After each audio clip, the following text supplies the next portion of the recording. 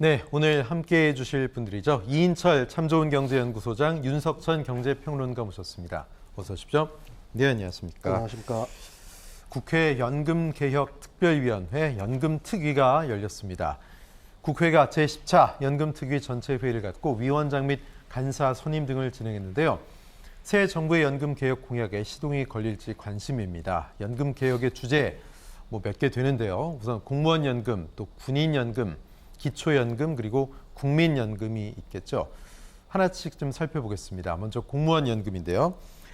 향후 5년 동안 국민 세금으로 메워야 하는 공무원 연금의 누적 적자액이 32조를 넘습니다. 많게는 100조까지 불어날 수 있다, 이런 관측도 나오는데, 자, 왜 이렇게까지 된 건지 궁금합니다. 자, 이인철 소장님, 진짜 100조까지 불어날 수도 있는 겁니까? 어떤 상황인 겁니까? 그러니까 이제 현재의 공무원 연금 구조를 그대로 유지한다면이라는 가정이 붙습니다. 네네. 물론 이제 정권이 바뀔 때마다 굉장히 공격적으로 이제 연금을 개혁해야 한다라는 목소리는 있지만, 사실은 이 연금 개혁이라는 건 이제 누군가한테는 내 밥그릇을 뺏기는 거거든요. 그렇죠. 특히나 이제 공무원 연금의 경우에는 이제 다소 국민들이 시선에서 보면 야, 그래도 공무원들은 연금 네. 받고 살 수 있잖아라는 생각이 팽배해요. 노가 탄탄하지 않아? 그죠? 맞습니다. 예. 과거에는 정말로 박봉이었었잖아요. 공무원들이 박봉이었기 때문에 이 박봉인 월급을 보존해주는 형태로 연금의 경우에는 좀 두둑하게 노후 걱정 없이 살 수 있도록 해줬지만, 그러나 실질적으로 지금 이 연금 은퇴자들, 일반적으로 국민연금을 가입하셨던 분들이 은퇴하거나 아니면 이제 공무원으로 이제 은퇴하신 분들의 실질적인 수령액을 따져보면 이게 지금 비교가 안 될 정도거든요. 네. 물론 불입 기간이 다르고 그리고 불입한 액수가 좀 다릅니다. 그래서 일부에서는 그러지 말고 아예 국민연금, 공적연금 다 통합합시다라는 얘기가 나오고 있어요. 네. 그러나 가장 중요한 건 이 주체는 정권이고 정권 초기에 굉장히 개혁 드라이브를 걸어야지만이 가능한데요. 예. 그동안 어느 누구도 잘 못했어요. 네. 그래서 아마 이제 2015년 소폭이긴 하지만 덜 받고, 더 내고 덜 받는. 그렇죠. 그쵸? 받는 예. 식의 연금 개혁을 하긴 했지만 이게 얼마 효과가 별로 없어요. 네. 그럼에도 불구하고 매년 공무원연금으로 올해만 3조 원 넘게, 내년 5조 원 넘게 이렇게 기하급수적으로 늘어납니다. 이걸 그대로 방치한다면, 연금 개혁을 만일 이번 대통령 임기 내에 하지 못한다면 앞서 말씀하셨던 것처럼 향후 이제 5년간 이제 국민 세금으로 메꿔야 되는 네. 공무원 연금 누적 적자액이 이제 30조 원 훌쩍 웃돌 수 있기 때문에 아마 심각하게 받아들일 거예요. 그러나 이제 이해 당사자들이 굉장히 첨예하게 대립하는 부분이기 네. 때문에 아마 오늘 첫 번째 연금개혁위원회 첫 회의가 열린 만큼 여기에서는 공무원연금뿐 아니라 군인연금, 기초연금, 뭐 여러 가지 다양한 공적연금의 개혁 네. 방안이 논의될 것으로 보입니다. 네, 지금 말씀하신 이해 당사자들, 공무원들은 상당히 좀 민감하게 이걸 받아들일 수밖에 없습니다. 자, 그 개혁 가운데 하나가 공무원 연금. 글쎄요, 전국 공무원 노조 입장은 어떨까요? 전호일 위원장은 올해 퇴직한 1,700명의 공무원들 퇴직 후 연금 한 푼을 받지 못해 공무원이 퇴직하고 연금 받기까지 공백이 있는 나라는 대한민국이 유일할 것이다, 이렇게 얘기를 하고 있습니다. 퇴직한 즉시 연금을 지급하는 방안부터 제시돼야 한다는 건데, 자, 윤 평론가님, 이게 가능하겠습니까? 일단은 2015년 이제 공무원 연금에 대해서 이제 개혁이 이루어졌는데, 네. 골자는 그거죠. 뭐 더 내고 덜 받고 늦게 받고, 이 부분은 이제 늦게 받고의 문제랑 연관이 되는 네. 것 같아요. 이제 올해부터 2033년까지 해가지고 61세에서 점점 늦춰서 이제 65세가 돼야지 공무원 연금을 받게 되는 구조가 네. 이제 돼 있습니다, 현재. 그렇다면 공무원이 정년이 보통은 만 60세지 않습니까? 예. 그러니까 퇴직을 하고 나서도 사실은 연금을 받지 못하는 뭐 이런 어떤 불상사라고 얘기해야 되겠죠, 공직사회에서는. 예. 그런 일이 이제 충분히 벌어질 수 있고요. 이제 올해부터 이제 그게 사실 뭐 서서 이제 시작이 되는 거죠. 2033년이 되면 전체 공무원이 퇴직을 해도 연금을 5년 후 뭐 이 정도 있다가 연금을 받게 되니까 네. 그동안에는 이제 소득 공백이 생길 수밖에 없는 건데요. 이 공무원 노조 입장은 그렇습니다. 이게 이제 OECD 국가 중에서는 이렇게 연금 공백이 생기는 나라가 우리나라가 유일하다는 거죠. 그렇군요. 사실은 뭐 그 퇴직 시기와 연금 이제 수급 개시 시기를 갖다가 일반적으로 맞추죠. 그래서 이제 뭐 정년을 연장을 한다거나 아니면 뭐 제명 제도를 한다거나 해가지고 이걸 갖다가 수급을 맞추는데, 이 공무원 사회에서는 이게 제일 큰 이제 불만인 것 같고요. 사실 뭐 지난 3년 동안 그 공무원들의 임금 자체가 뭐 1%대로 완전히 이제 굳어지지 않았습니까?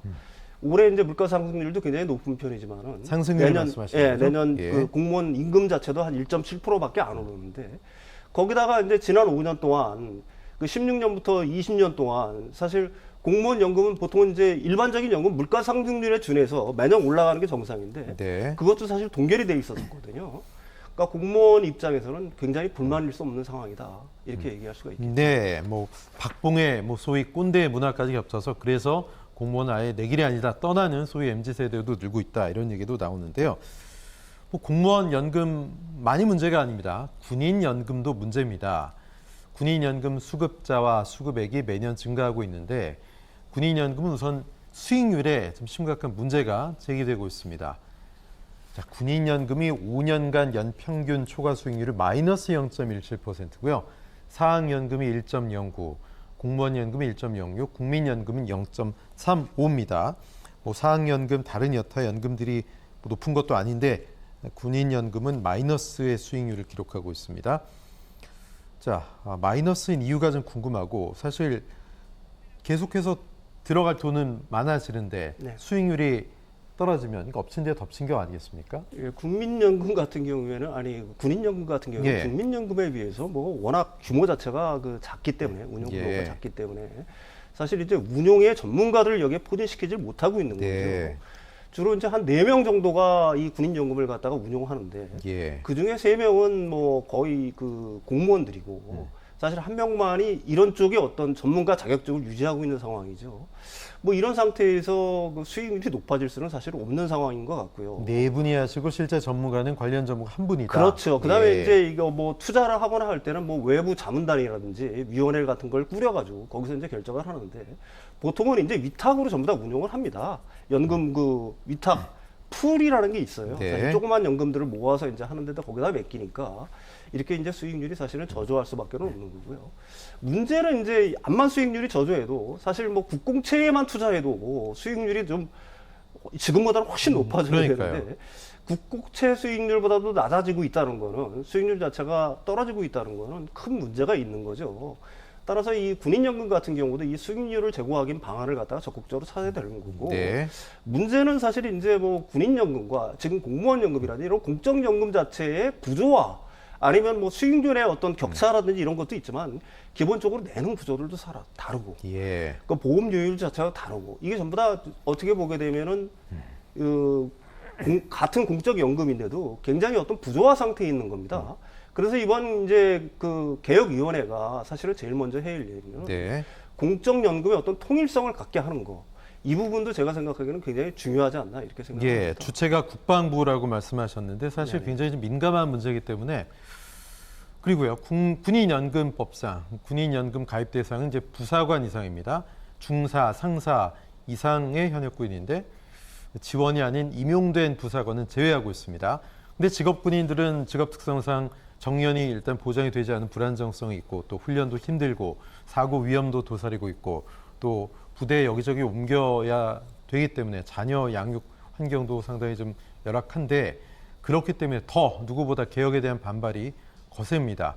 그런데 국방부라는 이제 군대의 특수성, 그 조직 자체가 개혁에 대해서 공감대가 뭐 원활하게 이렇게 좀 유연하게 형성되기가 어렵다, 경직돼 있다 이런 얘기들도 있습니다. 이인철 소장님 어떻게 보십니까?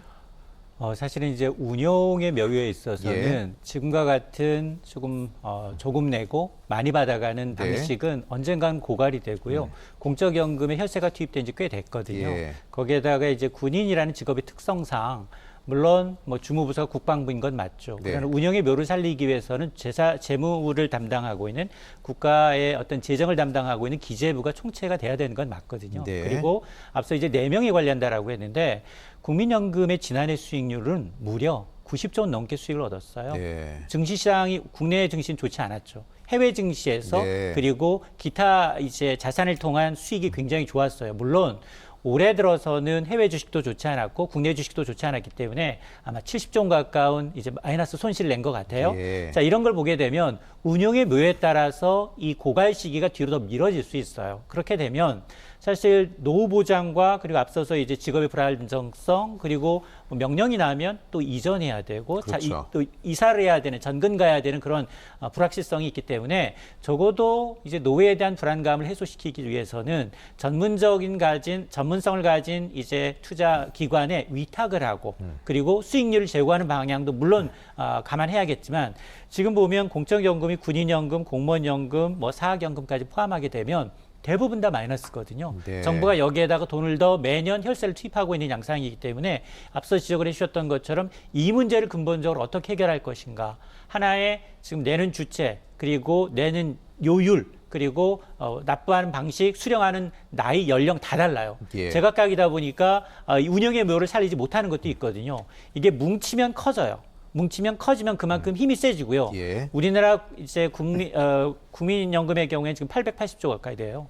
900조 원 가까이기 때문에 세계 3대 연기금으로 통하기 네. 때문에 세계에서 우리 와서 투자해달라라는 이제 정말로 장밋빛 투자처들이 많이 끌고 올 수 있는 갑이 된 거예요. 정말. 러브콜을 많이 보내는군요. 맞습니다. 네. 그러다 보니까 군인연금은 이제 작잖아요. 네. 군인의 특성상 한정된 재원이고, 자 그러다 보니까 아마 군인연금도 개혁은 필요하지만 중장기적으로 공적연금을 통합한다면 그 로드맵 그리고 적정하게 이 수익률을 높일 수 있는 방안, 국민연금을 타산지석으로 삼게 되면 너무 하시는 분들이 적어요. 네. 다양한 분들이 다양한 분야의 전문가들이 모여서 조금 수수료를 좀 더 준다 하더라도 전문가들이 굴리게 되면 적어도 5년간 마이너스 수익률 내는 사태까지는 그러네요. 벌어지지 않을 것으로 보입니다. 예.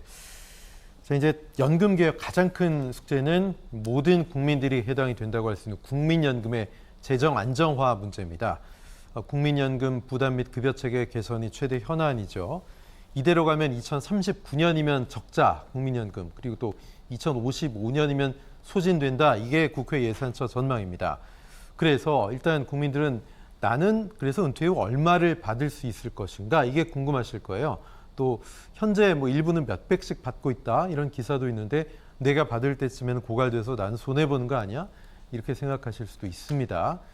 연금으로 국민연금으로 풍족한 노후를 하겠다는 거 이게 좀 꿈 같은 일일까요, 소장님?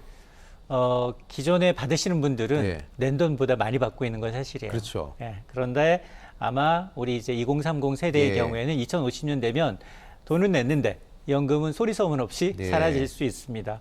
그래서 연금 개혁이 좀 필요한 시기인데 물론 뭐 누가 고양이 목에 방울 달겠느냐도 중요하지만 네. 근본적으로 이제 해외에도 비슷한 사례들이 많아요.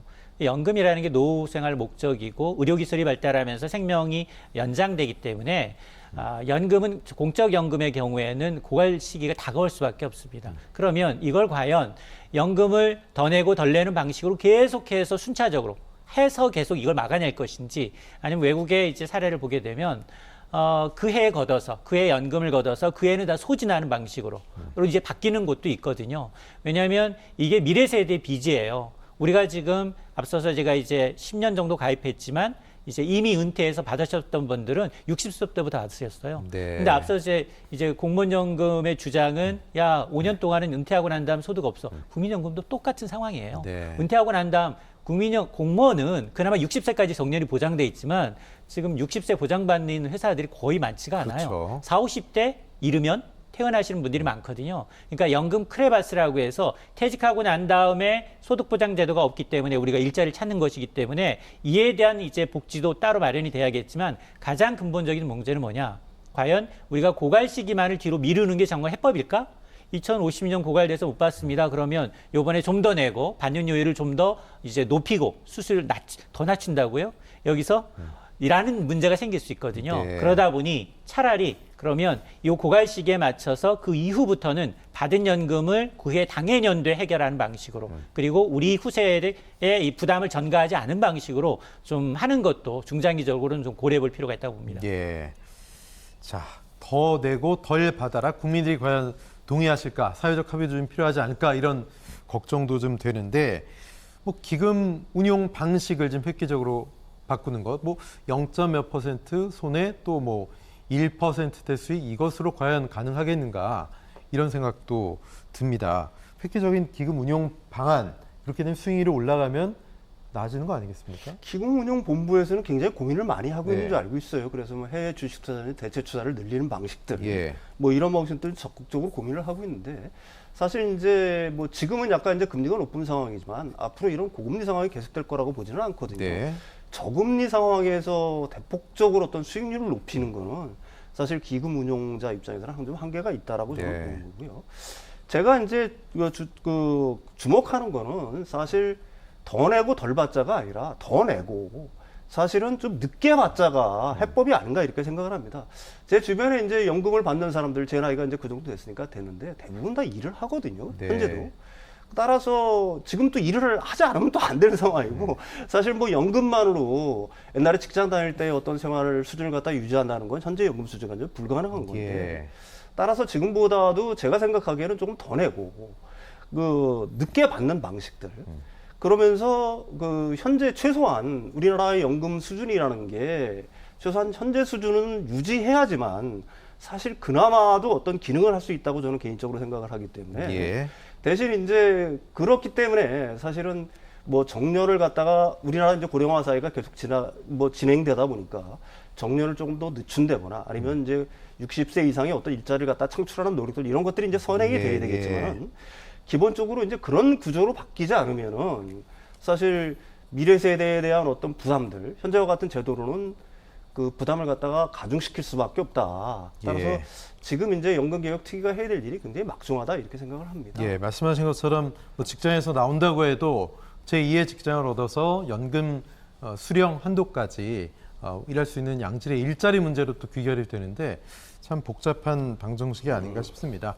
국민연금 얘기할 때 함께 얘기되는 게 기초연금이죠. 기초연금액이 늘어날수록 또 역차별 논란은 커질 수밖에 없습니다. 국민연금 개혁이란 고차 방정식을 풀기 위해선 기초연금과의 관계 재설정이 반드시 필요해 보이는데, 자, 이인철 소장님, 글쎄요, 지금 뭐 65세 이상 가운데 소득 하위 70%인데 이거에 대한 어떤 새로운 로드맵이나 개혁이 좀 필요하다고 보십니까? 이게 매번 정권이 바뀌거나 네. 대통령 선거가 있다 그러면 대상자가 넓어져요. 그렇죠. 그게 문제라는 거고요. 우리나라가 OECD 불명의 1위인 게 있습니다. 네. 노인 빈곤율이에요. 예. 노인 빈곤율이라는 건 뭐냐? 중위소득의 절반 이하를 버는 겁니다. 중간소득의 절반 이하라고 하면 예를 들어서 중위소득이 한 200만 원이라면 100만 원 이하를 버는 절반의 이하니까 100만 원 이하를 버는 이분들을 도와줘야 되거든요. 100만 원도 못 버는 분들. 못 버는 분들. 예. 그러니까 그분들이 한 가이드라인이 한 40% 정도 돼요. 네. 노인 빈곤율이. 자, 그런데 지금은 65세 이상 중소득 하위 70%예요. 여긴 집 가지고 계신 분도 계세요. 예, 예. 자, 그러다 보니 물론 어떤 가이드라인을 준다 하더라도 40%다, 50%다 경계선에 있는 분들은 불만이 있을 수 있습니다. 네. 근데 그분들을 좀 더 두텁게 지원하는 게 맞거든요.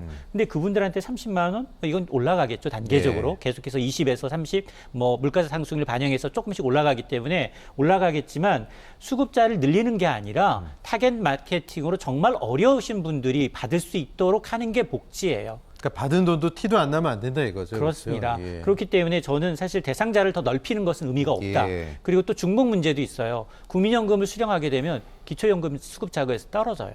자, 그런 문제도 있기 때문에 이런 불합리한 것들, 드러나고 있는 문제를 먼저 좀 해결하고 그리고 대상자를 축소하되 오히려 보장을 좀 더 늘리는 방식으로 예. 저는 개혁을 해야 한다는 생각을 하고 있습니다. 예, 연금 개혁이 뭐 쉬운 일이 아니죠. 늑장 출범했습니다. 오늘 전체 회의 첫 회의였기 때문에 오늘 특별한 얘기가 나오지는 않았을 것 같고 과연 얼마나 성과가 날까?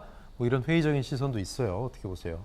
지금 4개월 직장 출범을 해가지고 4월까지 이제 한 시한이 내년 4월까지니까 네. 한 6개월 정도 남았나요? 6개월 정도 시간 내에 이 공적연금부터 시작해서 국민연금이라든지 이런 문제를 갖다가 다 다룰 수 있을까라는 거는 네. 제가 생각하기에는 의문인 거고요. 특히 이제 여야 대립이 굉장히 심한 상황에서 예. 이게 여야 합의가 일어나고 어떤 합의 단계까지 도달할 수 있을지는 제가 생각하기에는 굉장히 큰 의문입니다. 예. 다만 중요한 거는 뭐냐면은 이게 이제 국회에서 이제 국회의원들만 논의할 거는 물론 아니겠지만 네. 여기에는 이제 폭넓은 사회 단체라든지 아니면 국민들의 참여 이런 것들까지 좀 이끌어내서요. 예. 이번 기회에 어떻게 되든지 간에 기본적인 골격망이라도 좀 사회적 합의가 좀 만들어져서 이걸 좀 추진하는 그래서 미래의 어떤 연금의 어떤 파국 이런 걸 갖다 막는 일단 계기가 됐으면 좋겠다고 생각을 합니다. 네.